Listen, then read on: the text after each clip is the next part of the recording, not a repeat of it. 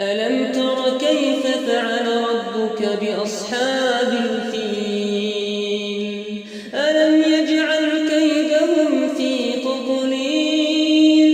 وأرسل عليهم طيرا أبابيل